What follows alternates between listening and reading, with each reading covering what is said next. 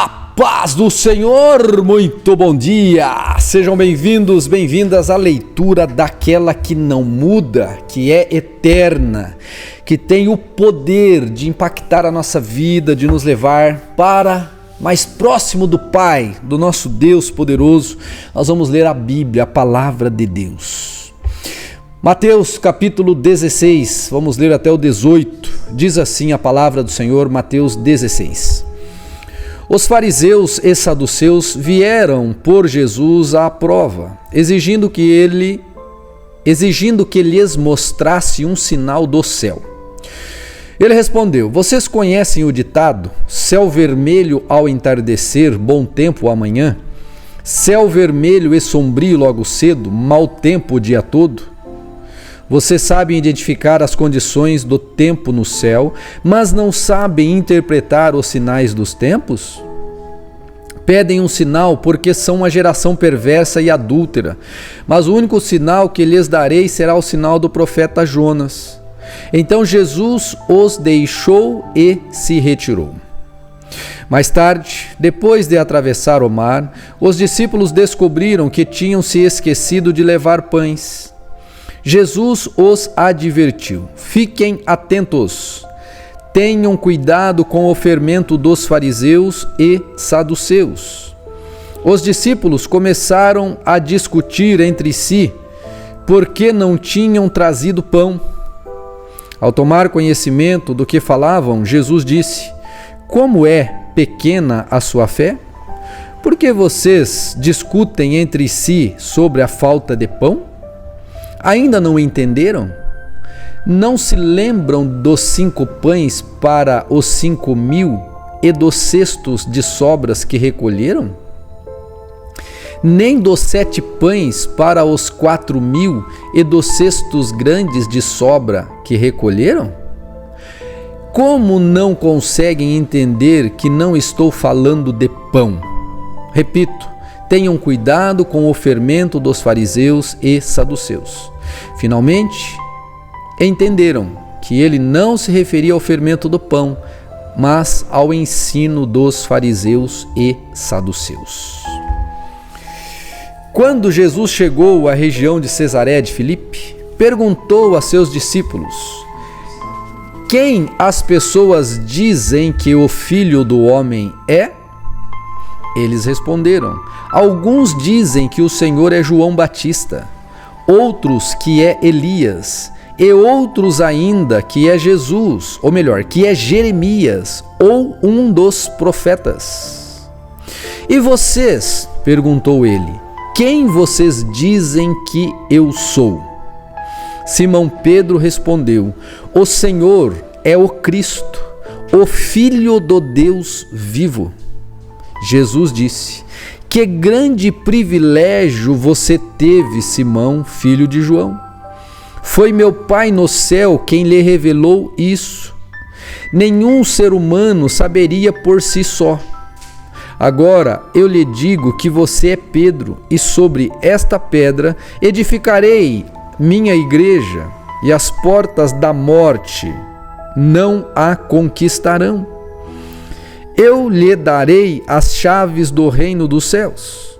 O que você ligar na terra terá sido ligado no céu. O que você desligar na terra será desligado no céu.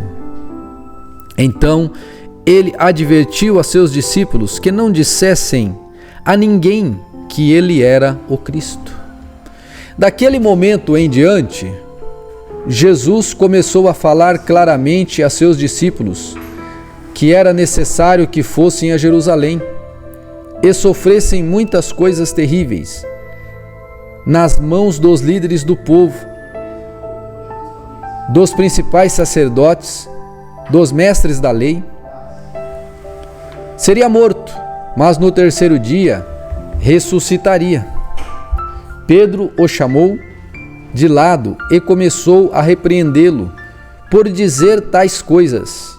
Jamais, Senhor, disse ele, isso nunca lhe acontecerá.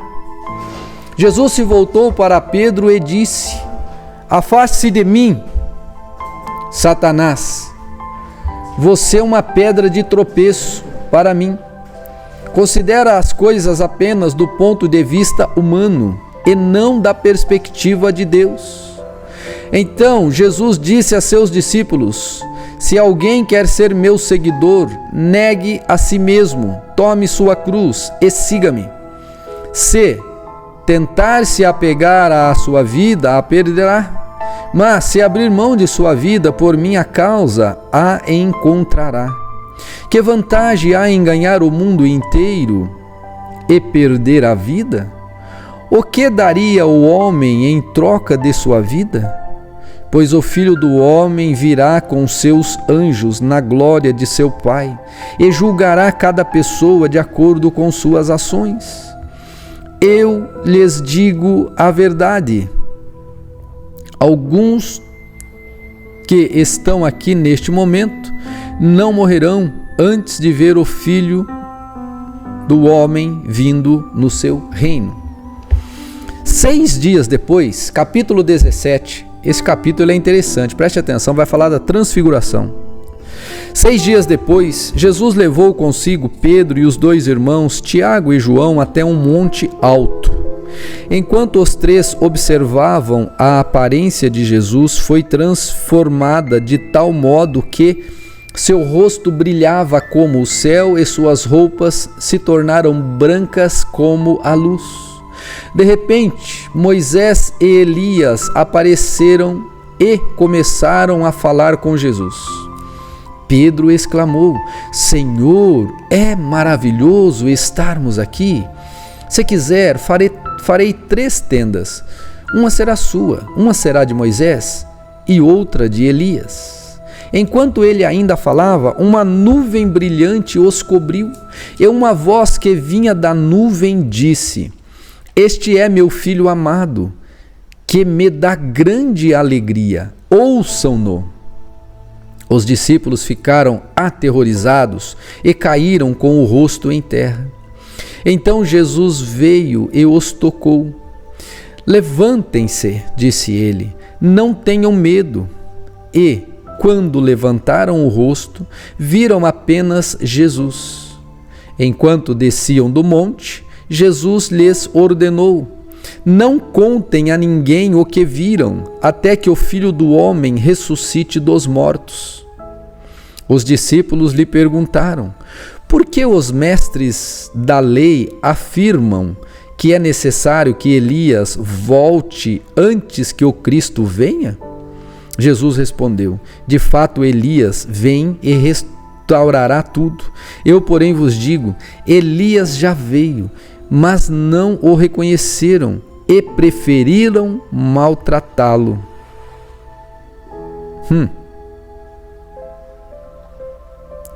Da mesma forma também farão o Filho do Homem sofrer. Então os discípulos entenderam que ele estava falando de João Batista. Ao pé do monte, uma grande multidão os esperava. Um homem veio, ajoelhou-se diante de Jesus e disse: Senhor, tenha misericórdia de meu filho. Ele tem convulsões e sofre terrivelmente. Muitas vezes cai no fogo ou na água. Eu o trouxe a seus discípulos, mas eles não puderam curá-lo. Jesus disse: geração incrédula e corrompida, até quando estarei com vocês? Até quando terei de suportá-los? Tragam o menino para cá. Então Jesus repreendeu o demônio e ele saiu do menino, que ficou curado a partir daquele momento. Mais tarde, os discípulos perguntaram a Jesus em particular: por que não conseguimos expulsar aquele demônio? Porque sua fé é muito pequena, respondeu Jesus. Eu lhes digo a verdade. Se tivessem fé, ainda que do tamanho de uma semente de mostarda, poderiam dizer a este monte: mova-se daqui para lá, e ele se moveria. Nada seria impossível para vocês, mas essa espécie não sai senão com oração e jejum. Quando voltaram a se reunir na Galileia, Jesus lhes disse: o Filho do Homem será traído e entregue em mãos humanas. Será morto, mas no terceiro dia ressuscitará. E os discípulos se encheram de tristeza. Quando Jesus e seus discípulos chegaram a Cafarnaum, os cobradores do imposto do templo abordaram Pedro e lhe perguntaram: seu mestre não paga o imposto do templo? Sim, paga, respondeu Pedro. Em seguida, entrou na casa. Antes que ele tivesse a oportunidade de falar, Jesus lhe perguntou: o que você acha, Simão? Os reis costumam fazer. O que os reis costumam fazer? Cobram impostos de seu povo ou dos povos conquistados? Cobram dos povos conquistados, respondeu Pedro. Pois bem, disse Jesus, os cidadãos estão isentos, mas, como não queremos que se ofendam, desça até o mar e jogue o anzol. Abra a boca do primeiro peixe que pegar, e ali encontrará uma moeda de prata. Pegue-a e use-a para pagar os impostos por nós dois. Capítulo 18. Nessa ocasião, os discípulos vieram a Jesus e perguntaram: afinal, quem é maior no reino dos céus? Então Jesus chamou uma criança pequena e a colocou no meio deles. Em seguida disse: eu lhes digo a verdade, a menos que vocês se convertam e se tornem como crianças, jamais entrarão no reino dos céus. Quem se torna humilde como esta criança é o maior no reino dos céus. E quem recebe uma criança como esta, em meu nome, recebe a mim. Mas se alguém fizer cair em pecado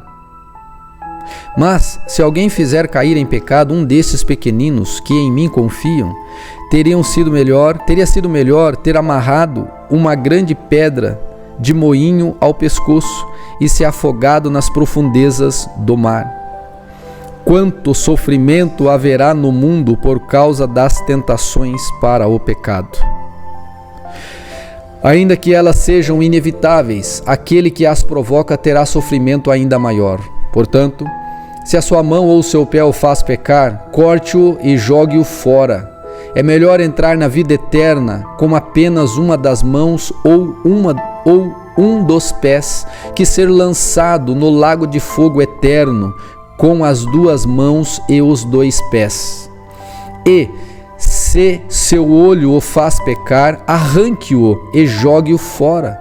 É melhor entrar na vida eterna com apenas um dos olhos, que ser lançado no inferno de fogo com os dois olhos.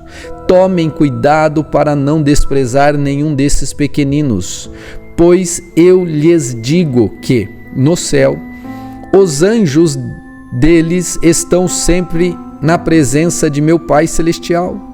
E o Filho do Homem veio para salvar os que estão perdidos. Versículo 12. Vamos agora ouvir aqui algumas parábolas. Se um homem tiver 100 ovelhas e uma delas se perder, o que vocês acham que ele fará? Não deixará as outras 99 nos montes e sairá à procura da perdida? E se a encontrar, eu lhes digo a verdade, ele se alegrará por causa dela, mais que pelas 99 que não se perderam. Da mesma forma, não é da vontade de meu Pai no céu que nenhum desses pequeninos se perca. Se um irmão pecar contra você, fale com ele em particular e chame-lhe a atenção para o erro. Se ele o ouvir, você terá recuperado seu irmão. Mas, se ele não o ouvir, leve consigo um ou dois outros e fale com ele novamente, para que tudo o que você disser seja confirmado por 2 ou 3 testemunhas. Se ainda assim ele se recusar a ouvir, apresente o caso à igreja. Então, se ele não aceitar nem mesmo a decisão da igreja, trate-o como gentio ou como cobrador de impostos. Eu lhes digo a verdade: o que vocês ligarem na terra terá sido ligado no céu, e o que desligarem na terra terá sido desligado no céu. Também lhes digo que, Se 2 de vocês concordarem aqui na terra a respeito de qualquer coisa que pedirem, meu Pai no céu os atenderá. Pois onde 2 ou 3 se reunirem em meu nome, eu estou no meio deles. Então Pedro se aproximou de Jesus e perguntou: Senhor, quantas vezes devo perdoar alguém que peca contra mim? 7 vezes? Jesus respondeu: não 7 vezes, mas 70 vezes 7. Portanto, o reino dos céus pode ser comparado a um senhor que decidiu pôr em dia as contas com seus servos. Vamos voltar aqui, versículo 23.